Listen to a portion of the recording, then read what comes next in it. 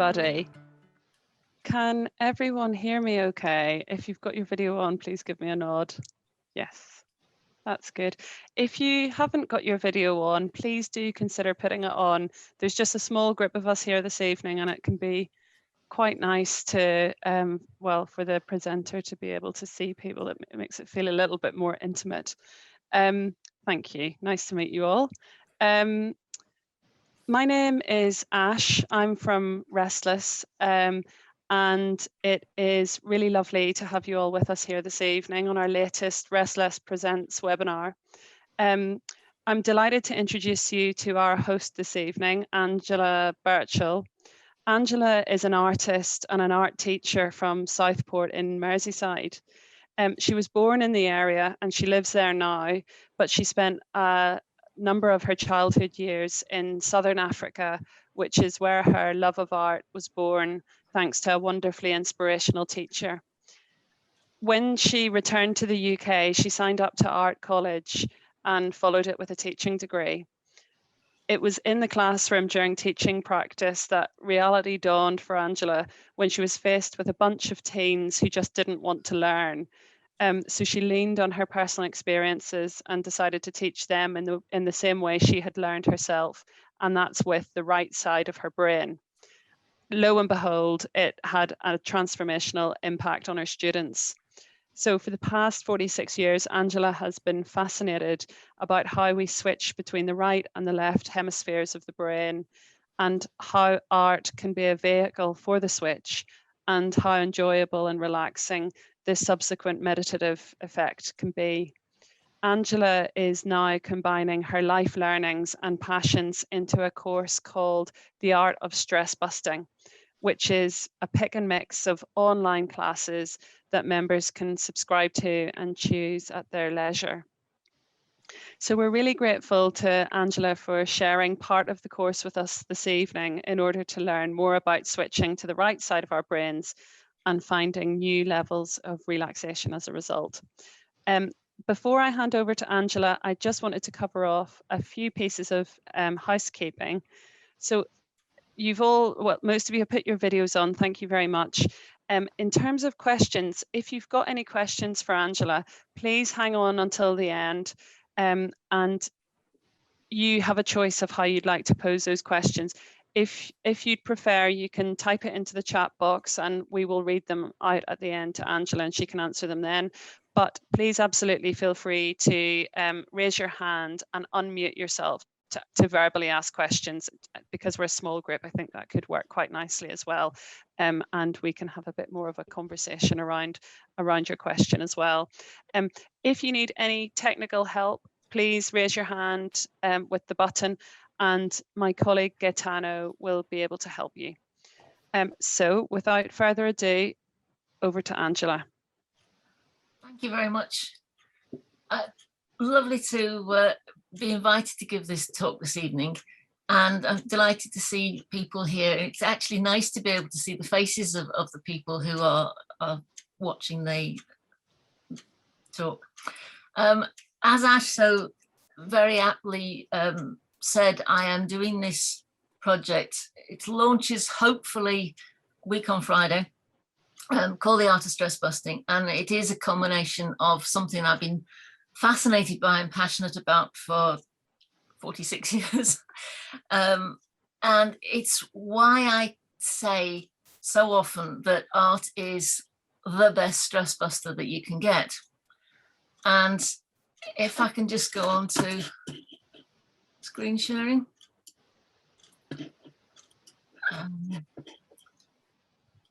I'll get there in the end. Can you see the screen now? Yep. Ash?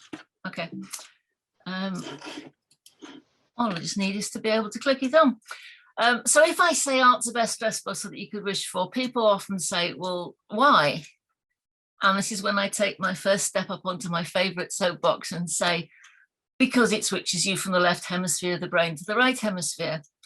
And you can sometimes see their eyes starting to glaze over as they go, well, what does that mean and why does it matter? So I launch into my most people have seen an image of the brain, and it's sort of two walnut looking halves, but they probably don't know what you can do in one that you can't do in the other, or what it's like to operate in each of them. And most important of all, how to deliberately switch from one side to the other. So what are those differences? It's very simple layman's terms, so don't worry, I don't get too technical. Most people know that there is a crossover, and the left hemisphere of the brain controls the right half of the body, and the right hemisphere of the brain controls the left half of the body. That's why I've always wanted one of those t-shirts that say only left-handed people are in their right minds, but I've never got one yet. However, when it comes to the thinking processes of the two hemispheres, it's where it's starting to show you the real differences. With the left hemisphere, we're involved in logical, linear, sequential thinking. It's where we follow orders and instructions, and we go step 1, step 2, step 3, step 4, step 5. It's fitting in, it's conforming to all the social norms and patterns. In right hemisphere mode, we're imaginative, we think big picture stuff. We constantly ask why. Why should I do step 1, 2, 3, 4, 5? Why can't I start at step 3, ignore step 2, go back to step 1, and then 4, and maybe invent a new 5? What would happen if we did this? Why? It's that annoying young children going, why, mummy? Why can't we do this? It's also the intuitive thinking where we make leaps of faith and actually create discoveries that, you know, can change our ways of thinking and our ways of doing. It's also the left and right is verbal and non-verbal. And I don't mean that the right hemisphere doesn't have any language, it does. But verbal as in speaking. If you're going to speak, you've got to go back to left hemisphere. And if you're in right hemisphere, you're not speaking. It does have a language all of its own. It's non-noun, but it's non-spoken as well. And that this is a crucial part to teaching arts, which I want to refer to a bit later on. The other thing about left and right is left is very time aware. And it's where we follow timetables and schedules, and we've got to meet deadlines and targets and goals. And that's, you can feel the stress going on just thinking about those words. In right hemisphere, it's timeless. Sometimes time seems to fly by, and other times it stands still. It's just this wonderful timeless reverie that engulfs you. It's fabulous. Another key thing for art is left hemisphere deals with all the information that's bombarded with every day. It stereotypes, pigeonholes, and categorizes. And that's a great way to deal with being bombarded with lots of information. But it means that if you think about a leaf, the stereotypical leaf is the accumulation of every time you've seen a leaf, and it looks like no leaf that you've actually ever seen. It's a stereotypical thing. It is actually often used by graphic artists as part of logos and stuff like that, because they are images that we can immediately associate with. The right hemisphere, just everything is creative, and it sees everything anew and everything is fresh. It doesn't pigeonhole and stereotype. And that those two things are vital for art. But hopefully you can see that this left hemisphere, its way of thinking and dealing with life, is where most people live most of their mostly stress-filled daily lives. And that's what I'm trying to avoid with this art of stress busting, because I want to show that the right hemisphere is where we can escape from the stresses of daily life and just relax and chill, de-stress. So how does that look like in art? If you take something as simple as a leaf and a flower, a left brain stereotypical leaf and flower,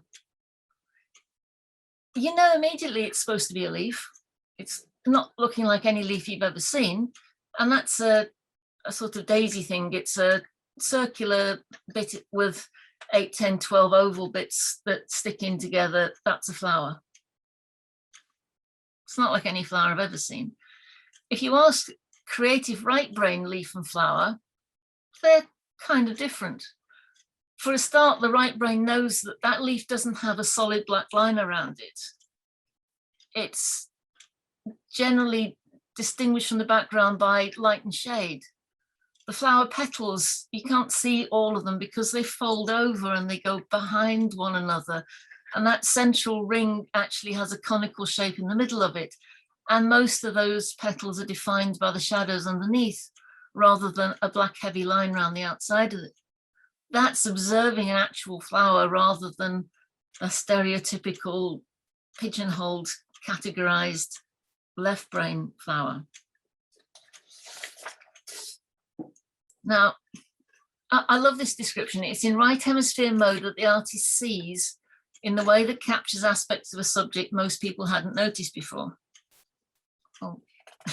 That's because they spend most of their days in their stressful left hemisphere, which doesn't notice nuances and aspects of a subject. It categorizes and pigeonholes and stereotypes. I've said before, right hemisphere mode is like where time flies or stands still. It's relaxing and stimulating, which sounds like a contradiction in terms, but it isn't. It's where you enjoy seeing the world in a totally different light, and you get attuned to the nuances of the colors and shapes of the world around you. And this amazing reverie that just engulfs you. And you might realize by now that I love working in right brain mode, and I'd love to stay there all day, but you can't. We have to exist in this left brain world as well. But the ability to be able to jump into right hemisphere mode, even just for a few carefree creative hours, is an amazing stress buster. Plus, if you're using art as your stress buster, then you also create a piece of artwork that you can enjoy for years to come. So, it's a double bonus. And so often my students have said to me, the actual process of creating that art is as enjoyable as the actual finished product, because they have spent that 2-3 hours just lost in this creative reverie and de-stressed. Now, if I say that to any of the non-artists that I start preaching my stress-busting gospel to, they go, sounds great, and I'd love to, but I can't draw or paint. And sadly, it's often followed by something like, I used to love painting as a child, but I was told I didn't have any talent or I wasn't good enough, so I gave up. And even worse is the fact that usually the person who's killed that person's creativity is either the teacher or a parent. And when it's the art teacher, that to me is even worse.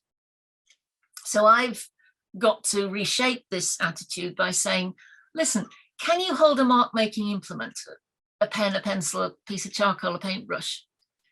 Can you see the paper or canvas that you want to make your marks on and the object that you want to draw or paint? And if the answer is yes, brilliant. The good news is you can learn to draw and paint. You just need to learn to see in right hemisphere mode. It was actually the way I was taught art, but I didn't know it at the time. It's how I learned to teach art and discover why it worked, as Ash referred to in the intro. If you just let me explain my story briefly. I had a usual thing of poor art teacher at school, but still a desire to learn to draw and paint, and luckily got a place at a private art school with the most inspirational teacher you could wish for. He was amazing. He loved his subject. He knew his subject inside out, loved his subject, loved his students. We loved the way he taught us, and we absolutely adored him. Under his guidance, we all thought that we could draw or paint anything. And what's more, I thought that anybody else can draw or paint. It was so easy to do. I then went on to art college and then started my art teaching degree. So I'd spent years working alongside people who could draw and paint with ease. So that just reaffirmed my idea that anyone can learn to draw and paint. It's not difficult, and it's great fun. So I was doing my art teaching degree and leading up to going on teaching practice, and I thought, great, I've got classes of teenagers who all want to draw and paint, and we'll have such fun. Wrong. we had classes of teenagers who all thought, I can't draw and paint, so art classes became the way to mess around and flick paint across one another and all sorts of chaos. And not being the most experienced teacher at that point, I wondered what on earth to do, and I fell back on the only thing that I knew, which was the way I'd been taught art. So I tried that, and it worked. Suddenly these teenagers were turning to me and saying, wow, miss, I really can paint, or I really can draw. And I thought, well, yeah, you all can. You know, then I got back to uni and had to do my teaching dissertation. I had to think of a topic, and this was the obvious topic that I knew as both an art student and now as a teacher, that these methods work, but I just didn't know why. You know, I was firmly convinced they did work, but not why. So the why became my dissertation topic, and then a subject of lifelong interest and passion. Luckily for me, my dissertation research coincided with some research from psychologists into what happens when the patients end up with brain damage and they're either working only on the left or the right hemispheres of the brain. Now, I'm not a scientist or a brain surgeon or even a psychologist, so I rely on other people's research, and I don't do lots of complicated language, and the only two Latin words are those two. They're corpus callosum, and so that's it as far as the Latin's concerned. But it's a wonderful little thing. It's a bundle of nerve fibers that join the left and the right and allow communication to go between the two of them. And that's fine when it's working, but it's what happens when that link breaks. And this is what they started, and I was reading up this. Someone who has got it damaged so that they're only seeing an object in the left eye, which is controlled by the right hemisphere. They could see the object, and even if they knew what the object was, they couldn't speak it, because speaking is governed by the left hemisphere, and they couldn't use the left hemisphere. So they couldn't tell the right, seeing the object, couldn't tell the left what to say the object was. That sort of really threw me. But what really started to blow my mind was people who were now only working on the right hemisphere, who could suddenly draw and paint, whereas they couldn't do that before.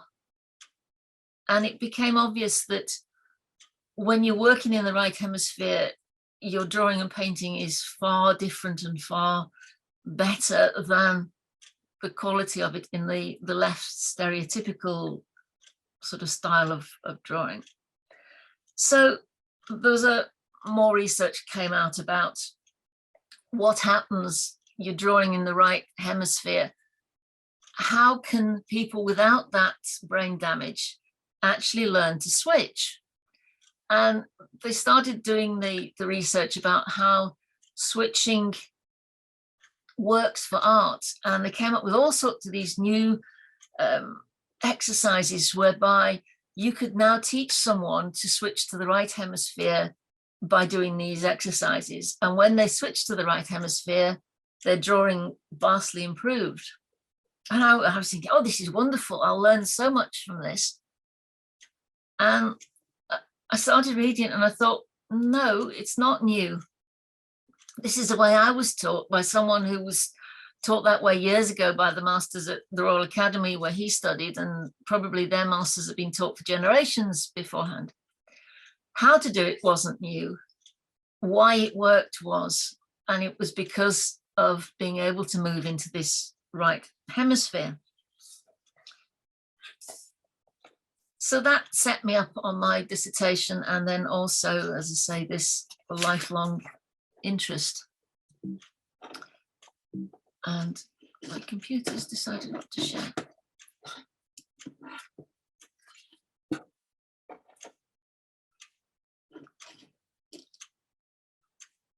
I've got a frozen computer. The next slide would have said, does anybody fancy that trying their hand as a fun exercise to switch on to the right hemisphere? Yeah? Great, but I'm going to need to have my computer working.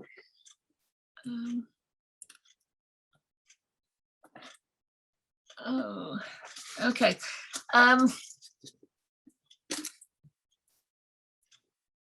Gaetano, you haven't got the copy of my presentation, have you? Let me check. Because unless I can get this to move, it's just frozen on me. We can hear you and see you fine. And apologies, everybody. That means that your computer is fine. I think it's only your presentation or PowerPoint. Yeah, it's the PowerPoint that's frozen on me. Okay, let me see if I can find your presentation somewhere. 1 second. Because I actually need to be able to show you the image that I need you to be able to. Just give me 1 moment, yeah. If I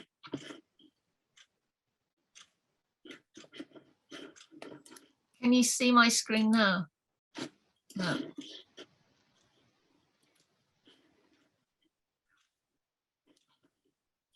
This has gone through 3 rehearsals without freezing on me, and now it's deciding to freeze.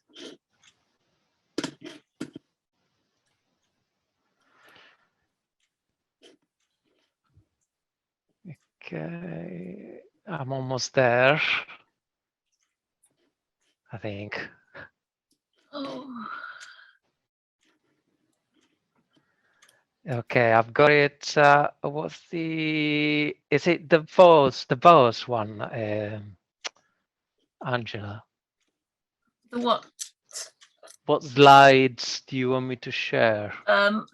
If you can get as far as where I'm at now, with it's the one where it says switching between the hemispheres and why it works for art. Yeah, 1 second.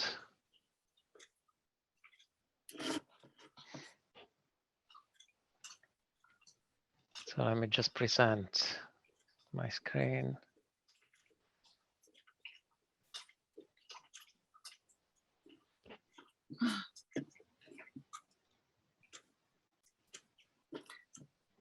No, Can you all see it? It needs to go back further than that. This one? Yeah. Okay. Okay, what's the next one after that then? I've got this. Okay. So I'm not sure whether maybe I have another version of your presentation.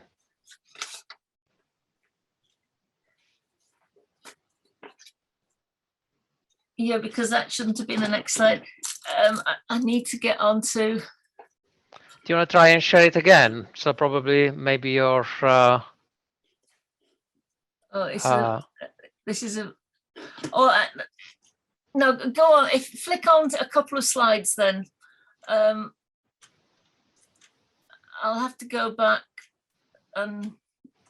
This one here. Yeah.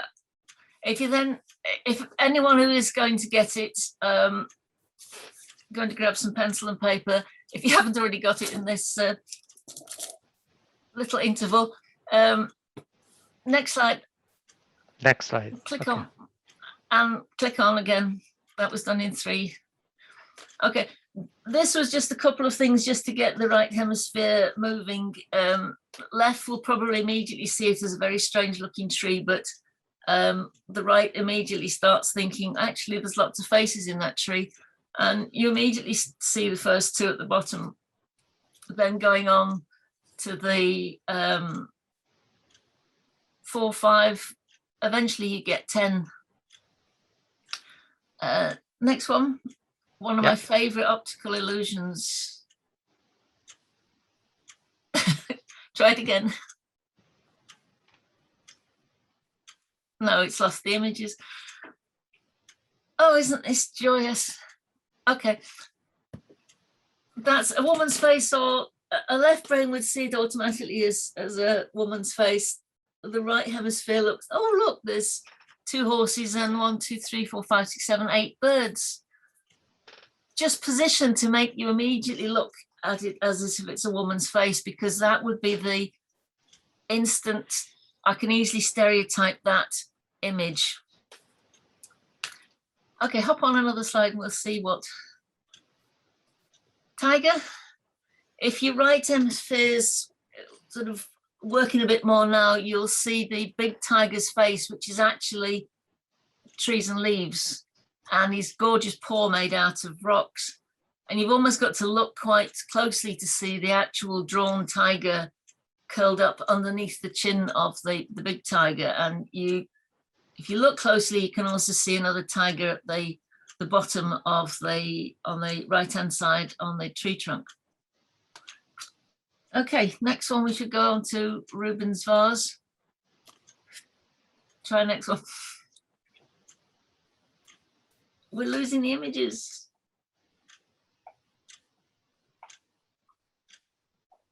Oh, I need to have the images.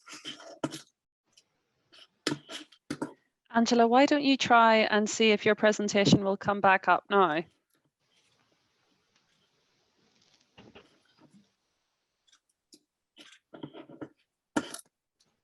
I'm trying to see how I can share my screen.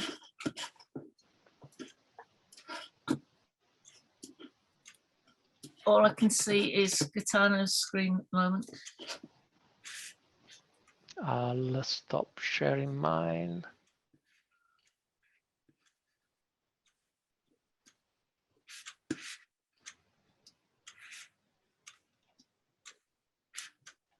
No, I still got the bouncy ball. I would have to shut my computer down and to do that, and then But we can see your screen now, yeah? Yes, but I can't move the slide on. Hmm. It's got the little wheel of death going around, so I would have to do that.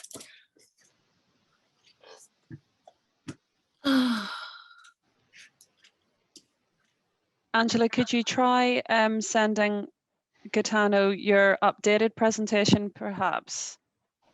But I can't get off the screen to. Oh.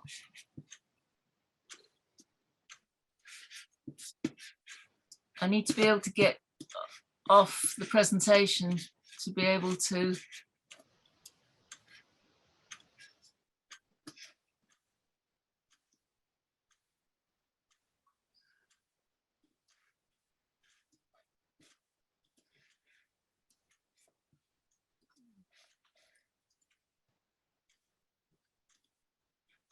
Hang on.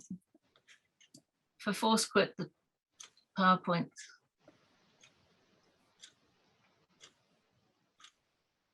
I'm going to need some drawing after this to be able to get over the stress. This is not the way I wanted it to work, because it should be absolutely perfect. Right, let me just try for viewing the slide presentation again.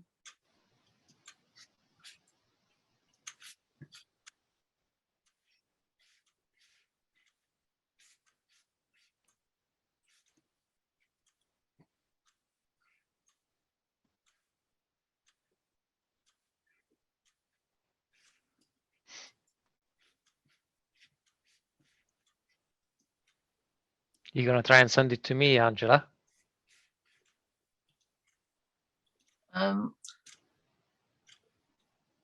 What's showing at the moment on the screen? We can see you. You can see me, okay. Yes. Me struggling to get through this. Now we can see your presentation and it's moving. I just don't want to move it too quickly, else it's going to freeze again. It's where I'm spending my time in stressed life. Yeah, it looks like it's working now. Yes, please. Praying to all the gods that.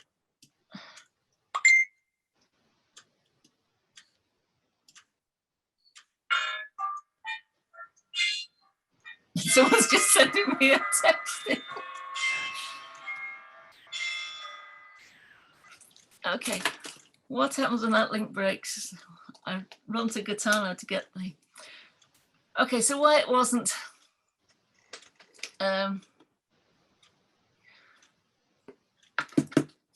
Okay, faces. Oh, that was my favorite optical illusion, which is just incredible the way it's drawn, so that everything is absolutely perfectly drawn, but it absolutely impossible to happen. And then we got the tiger. Two faces are a vase. We've got there in the end. Yippee! This is Rubens' vase, which is favorite of people. Do you see two faces or a vase?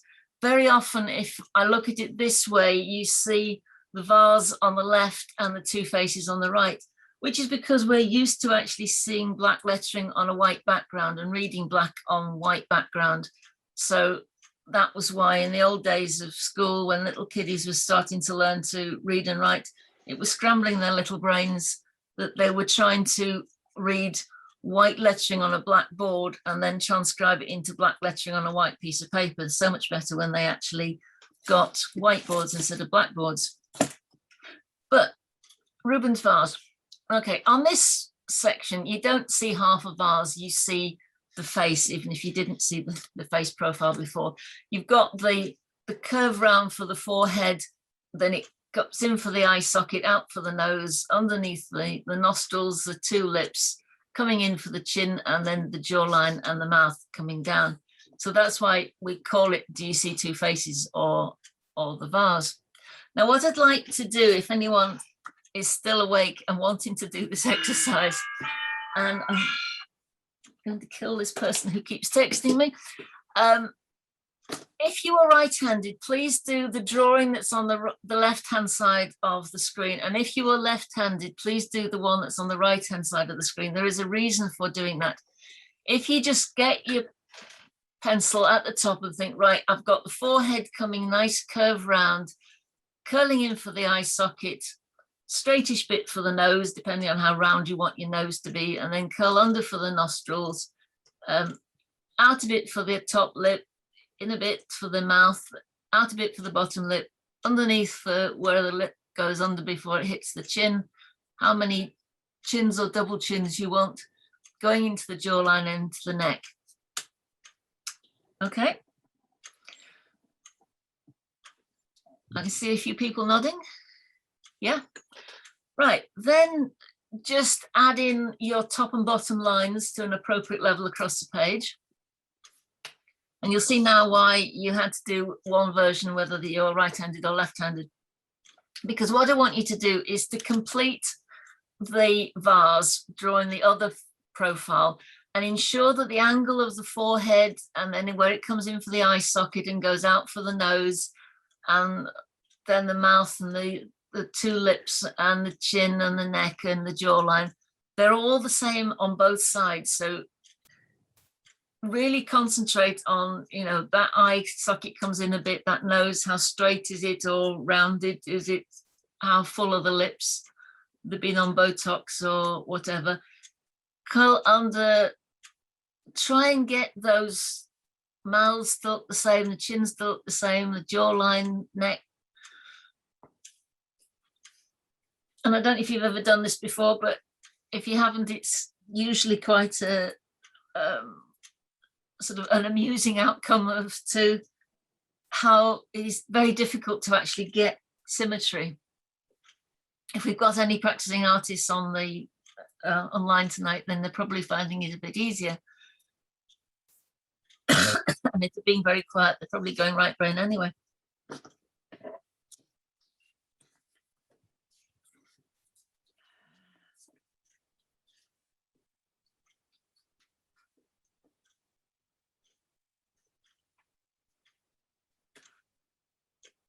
Okay, everyone finished?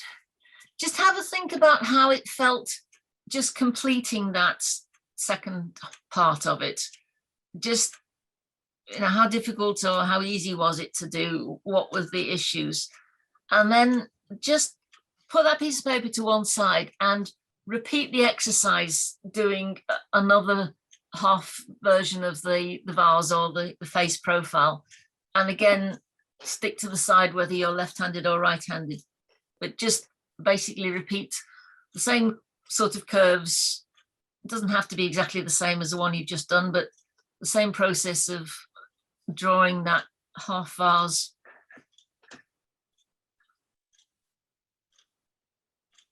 I can see some people beavering away there.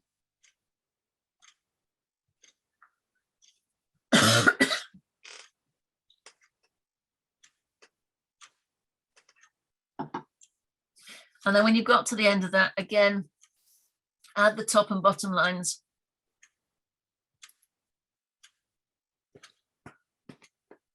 Now, before you finish the profile, the vase you're drawing, I just want you to do it in a slightly different way.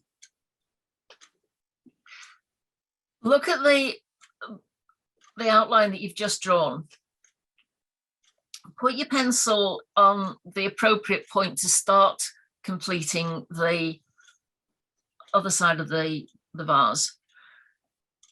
Go very slowly down and look carefully at the line that you've drawn and make your pencil follow a mirror image of it. Just look at how much that line curves down. Is it a very shallow, soft curve, gentle curve, sharp curve? Where does it come out straight? Just do it slowly and match up the curve, how steep it is, how angular it is, how soft and gentle or deep, and how rounded that is. Just slowly work it round. Make your pencil mirror what you're seeing as you're working down. You're looking down the line that you first drawn, and just think how deep, shallow, rounded that curve is. Does it tip in there, just curves out there, round, just gently round or sharply round? How soft, how gentle is that curve?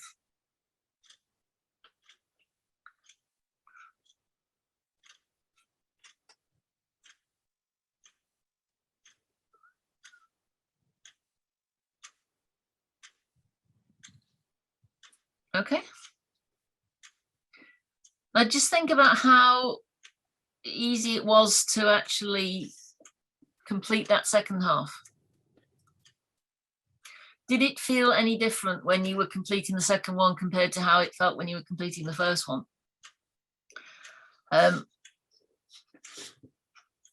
It wasn't exactly the best run up to doing the exercise with all that toing and froing, but there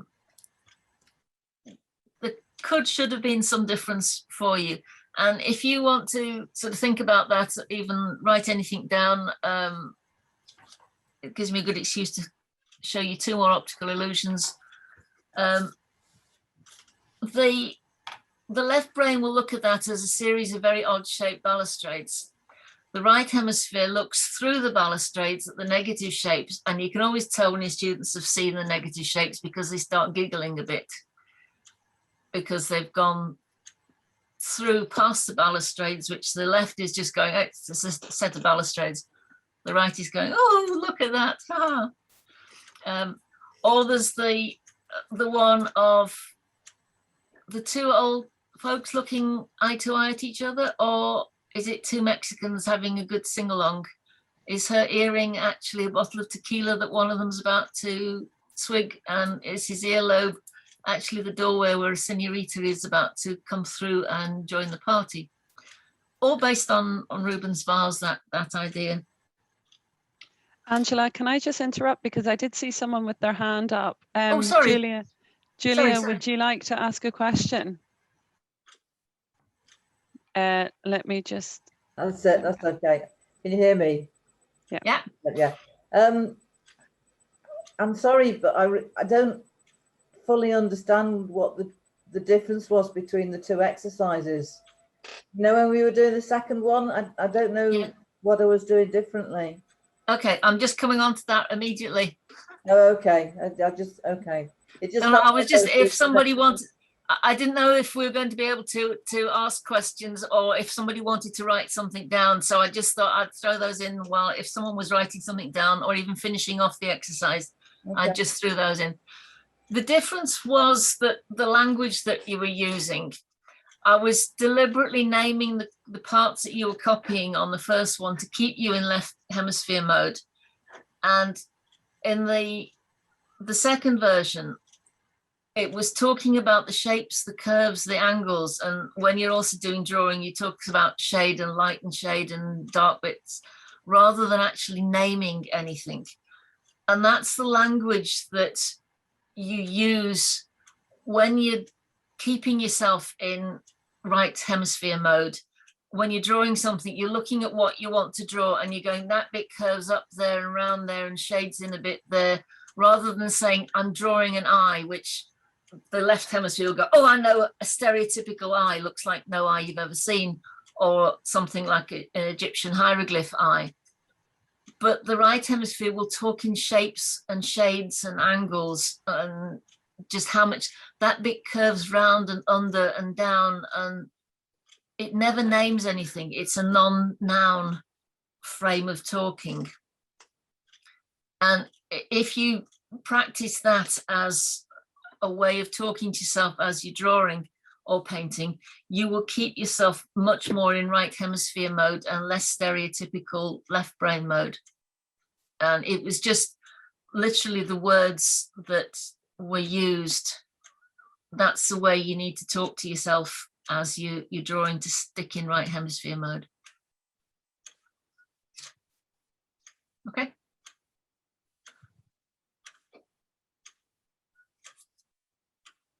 So 2 other drawing tips if you're wanting to improve your drawing and certainly go and stay in right hemisphere.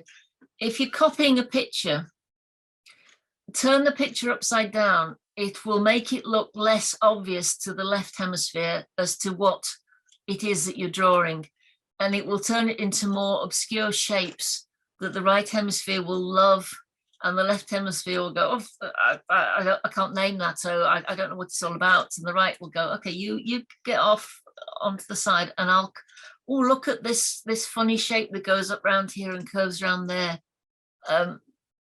That's one of the ways to switch you into right. And the other way is to, particularly if you're doing something as obvious to the left brain as something like a face, it can name every part of the face and stereotype and categorize every part of the face.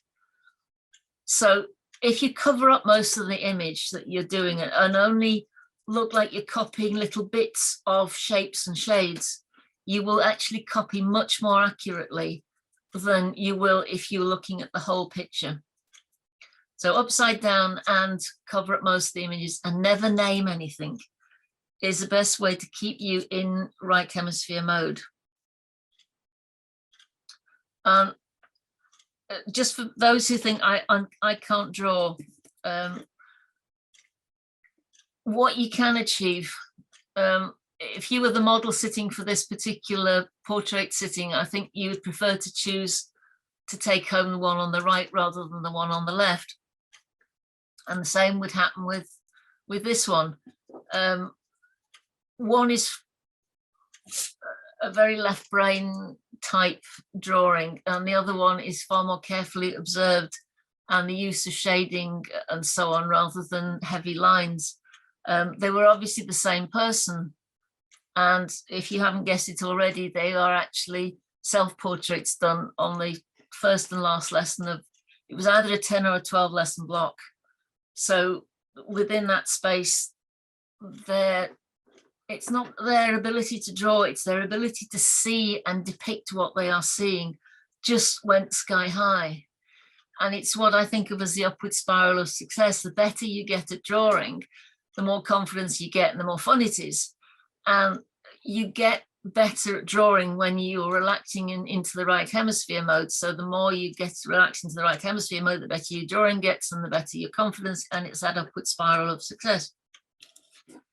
And it's just, it doesn't sound like it's going to make much difference how you speak about things, but it makes all the difference in the world. And the idea that if you understand this, if you understand about how being in the right hemisphere will improve your drawing, as well as the relaxation that you get from it, then you will understand how to stay in that relaxed, creative hemisphere and not switch back to the left. You will understand how that improves your actual artwork. And to me, it's really important to my students that they do understand this, only on a superficial level. I don't want them to go into the in-depth workings of the brain. It's just this idea of knowing which side will produce the better drawings and the better relaxation for you. But I think it's even more important that art teachers are aware of this, and they can not only improve their own drawing, painting, their own teaching, but also their students' teaching. And there was a classic example a couple of months ago on one of the social media sites of a lady who had started teaching. She's an artist, but she started teaching. And her post was along the lines of, can anybody explain to me why the paintings I do at home are so much better than the paintings that I do when I'm teaching? And I thought, well, yeah, it's obvious. And I started reading the comments, and they were all so supportive of this poor lady. And they fell into one of two categories. Either, oh, I know what you mean, the same thing happens to me, I don't understand it. Or it was, oh, you poor thing, but never mind, you're just starting out, so it'll probably get easier as you go on. And I thought, no, it's obvious. When you're sat at home doing your own paintings, you're just totally in right hemisphere mode. So you've done your entire painting in right hemisphere. It's great. When you're teaching, even if you start off in right hemisphere mode, there's a point at which you've got to speak to teach. You can only speak in left hemisphere. So you have to come out of right hemisphere to left hemisphere to speak, to teach. If you don't understand about going back to right hemisphere to paint, you'll end up teaching the rest of your lesson in left hemisphere mode. But if you understand about switching, and you can switch backwards and forwards, it sounds a bit complicated, but it just becomes something you just do.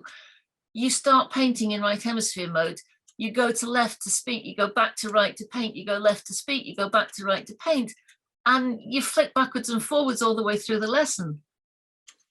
And you get a better painting, and you get a better lesson for the students. And if you can also explain to them how to do it, then everybody wins. Okay, that's some tips about drawing. And if you don't think that's easy, I want to show you that you can also have equal amounts of fun and success actually with painting. I need to share a different screen. I need to come out of this one and do a new share, which is this one. What this is a very quick run through of a lesson that I do, one of the online lessons. No, that's the right one. Which allows you to see, to work alongside the teacher and get a very close-up view of what is happening. This is a very rapid run through of what will be a 2-hour lesson. Rapid run through of a lesson entitled Patchwork of Fields. As always, we start off with the preparatory drawings, which allow you to get the correct lines and angles of all the different elements of the painting. And then we usually start with the sky and distant mountains. Obviously, as you're going through, I'm explaining how to mix the different colours and shades and everything, and also explaining how we start to use stronger colours and more definition in the shapes and patterns that we're using in order to bring the elements closer to the viewer. So the distant mountains are pale and hazy, and as we're coming over to this midground, we're starting to define the angle and the shape of the rolling hills by the hedgerows that are around them. And as those hedgerows come closer to you, then you're getting more definition of the trees and hedges and even the angles of the ploughed fields. This particular painting uses vanishing points and the rules of perspective in order to create this illusion of this ploughed field going off into the distance. And you can see the actual vanishing point I've made into that little green bush that's on the sort of middle horizon. And from those, all the lines come out from those ploughed fields. Because the vanishing point equals the viewpoint of the viewer, you have to work out whether they can see the left side or the right side of the furrows as it's coming away from the vanishing point, and then work out which side those have shadows on, and then also fill in with all the plants, and they will have shadows on one side. And you can see the rows of plants on the left of those furrows actually are covering above the soil line. So that's getting the perspective that you need to be able to make it look like a realistic 3D version of a ploughed field. Then we can start putting in the bushes around the edges of the painting, and then these trees behind the fence line, so that we've got at least the basis of them done before we start adding in the fence and gate. When we're doing the fence and gate, the part that's actually facing us is actually in shadow, and we're using the cool shadow colours in the foreground to also push the lighter colours away from you. And the composition using the closed gate is actually preventing the viewer from walking into the scene, although they could open the gate and walk through if they wanted. But it's this idea of just standing there, your viewing perspective is in line with the gate post and the vanishing point. It gives a relaxing feel as you lean on the gate post and admire the view, just bathed in the shadow of this overhanging tree. The whole picture is an easy composition to play around with the rules of perspective and vanishing points, with the use of shadows and the use of cool and bright colours to create that contrast between light and shade. And obviously when it's slowed down to normal speed, you get the full instructions about how to mix the colours and how to apply the colours techniques, so that some parts look like solid wooden fences and others it's wispy grass or distant mountains or whatever. I hope you've enjoyed this rapid run through and seen just how easy it is to follow a painting lesson step by step to creating your own unique works of art. See you in the studio soon. Meanwhile, keep it creative.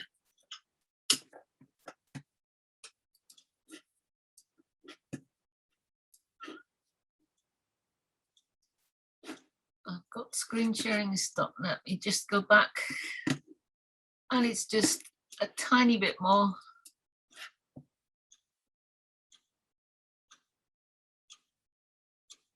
No, it's not.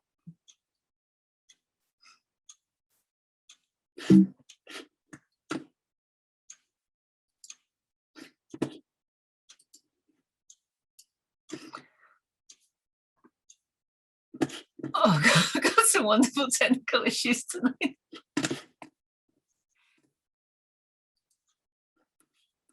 No, that's not what I wanted.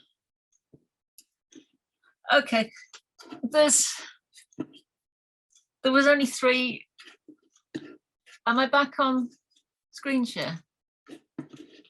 You were sharing the last 3 slides, so that was, I think, the one you wanted. Yeah, but it won't go back. It won't show it. I mean, we can see it and read it fine. Don't worry about doing like full screen or anything. Okay. So, yeah. What can you see? Because I can't see anything other than a blank. We can see your first slide. Now we can see your slide. We can see you, not your slides. So if you go back to where you were just a moment ago. That one. It just won't show them to me. Okay, so we can see your first slide, we can read it, and you can talk us through. And then just giving a run through of what you get on those paintings. You get a close-up view of the actual creation of the painting, right from the blank canvas through to the finished painting. And you can stop the video at any time, rewind it, do whatever you want. Most important, you can actually do it whenever you want, because it's one of those things in our stress-filled left hemisphere. If you had a painting class and it started at 2 o'clock and you know you couldn't get there, oh, added to the stress, got to go home, can't do that. That's something else I've missed, adds to my stress pile. But if at 8 o'clock that evening and the kids have gone to bed and you've got a few hours and you just, a couple of hours just chilling out with a bit of a painting, you can just switch it on at any point. You can do it whenever it suits you. And as I say, you get this nice close-up view of it. It's fun, easy, satisfying, and it's the art of stress busting. And it's stressing the fact that unless this screen is actually going and moving, I can't show you the second screen of this last three, which actually just does tell you that the art of stress busting is my pick and mix selection of painting and drawing lessons with chats and challenges, and you can just pick whatever you want. Do you want a watercolor lesson, an acrylic lesson, pastel, soft pastel, oil pastel? Do you want to do a landscape, a bouquet of flowers, still life, whatever? Pick whatever. Sorry, Angela, if you select that second slide, then we can see it on your left, on your left hand side. Yes, on your left hand side, where you have the menu. I haven't got a menu. I've just got a blank screen in front of me. Okay. That's why I tried to go back to the resharing one. I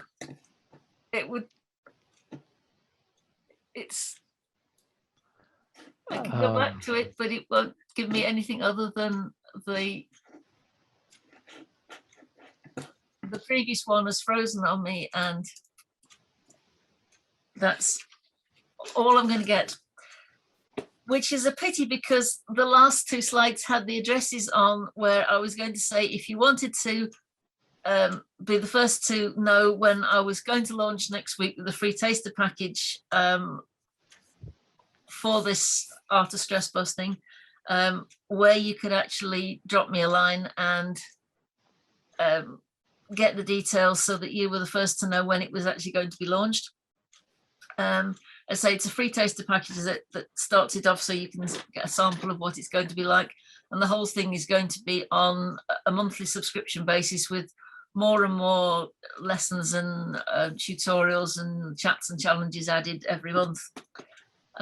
And it's just geared towards anyone who's stressed out, like I am just at this moment with this, where this presentation has gone technically, and they're finding life tough and they want a place to chill out and learn something creative and positive.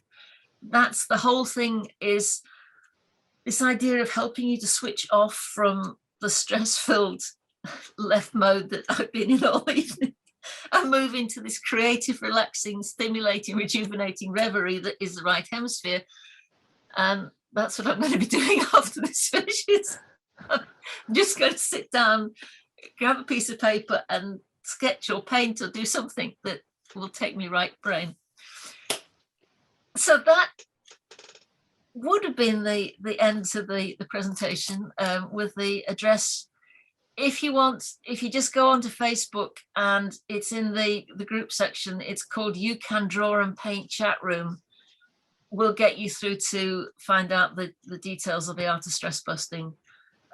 Otherwise, my website is You Can Draw and Paint, but each one of them hyphenated, .thinkific.com. But the You Can Draw and Paint chat room is probably the easiest one to remember on Facebook. Thank you very much for having me and for putting up with all the technical problems. And if anyone has any questions now, I shall stop the share so that someone else has got the chance to. Angela, thank you so much. I apologise for all the technical. Don't worry, it happens. It's life. I think we're all quite used to Zoom hiccups. Don't yeah, worry. I'm sharing the very last. I don't know if everybody can see it. I'm sharing the last slide, which I found. I was just going to say, I thought my screen has suddenly started working. No, it's me. Thank you, Katana. At least I've got your last one. But if you then will send it to me, the last 3 ones, because I don't have the last 3 ones, then tomorrow when we will send the survey, we might attach those to the survey for everybody. Okay. Thank you, Katana. No worries. I've also shared the link directly to the Facebook page in the chat section. So, excuse me, if anybody wants to click into the chat section, you can click directly through to Angela's page and people can contact you that way if they're interested. But Angela, thank you so much. That was really, really interesting. I'd love to give you all the opportunity to ask Angela any questions if you might have them. If you see the bottom of your screen and you can see a reactions section with a smiley face, if you click into the reactions, you can click the raise hand button if you'd like to add a verbal question, ask a verbal question, or otherwise please feel free to type any questions into the chat section. Angela, just to let you know that people were commenting throughout the process, and some people find it quite easy to do the face and the vase exercise, and you're getting lots of thank yous saying that it was fascinating. But does anyone like to... Does anybody have a thing about which one was easier or better, the first or the second version? I'd just love to. Let me see if we can. Can I just say? For it. Yeah. I found on the second one was actually drawing the vase rather than the face, whereas on the first one I was drawing the faces. Yes. On the second profile, the right hand profile, I was just copying the left hand one but making the vase rather than the face. Yes, you would be, because you weren't going forehead, nose, eye socket, nostril, lips, which is keeping you left brain on the face. You couldn't draw anything other than a face, because I was deliberately going, you're drawing the forehead into the eye socket, then the nose, and then underneath for the nostril, it's left brain, now. Whereas the second one, you can do the actual shape that is the vase. That's an absolutely brilliant response. Thank you. Okay. Linda, you would like to ask something? Thank you. Well, no. Well, the thing was, my second one was quite different from my first one. And my second one doesn't look like a vase at all. It looks like 2 faces. Okay. You've just said the opposite. I'm sorry about that. No, but if the other lady's saying she was drawing a vase, you could draw a vase. Yeah, you could be still thinking it's a face, it's the forehead, but you wouldn't. I would be very surprised if anyone drew the first one thinking they were drawing a vase, because there was no vase language. If I'd have said draw the base of the vase, the body of the vase, the curve of the vase, you might have started drawing a vase, but right. It's the fact that you wouldn't have drawn a vase for the first one. You could easily draw the vase for the second one, but you're probably still thinking, I'm drawing this face and I want the face to match the same, but the vase would only have come from the second version. But there are no right and wrong answers. It's just that's the language that will keep you in right hemisphere once you've made that switch. Oh, thank you. And Angela, Ellen has said in the comments that years ago she read a book called Drawing from the Right Side of the Brain.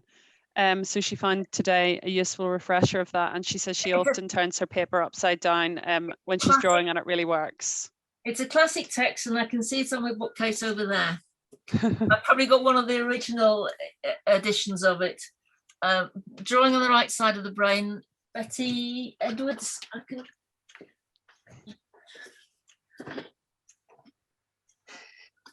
you go. Classic text, brilliant. It's been reproduced time and time again. And yeah, I love her books and her style of drawing and everything. Some fantastic exercises in it. Thank you for that comment, Ellen. And Julia has said, going back to the vase and the faces, her first result was much better than the first. Which way? I'm not sure which way around you mean that.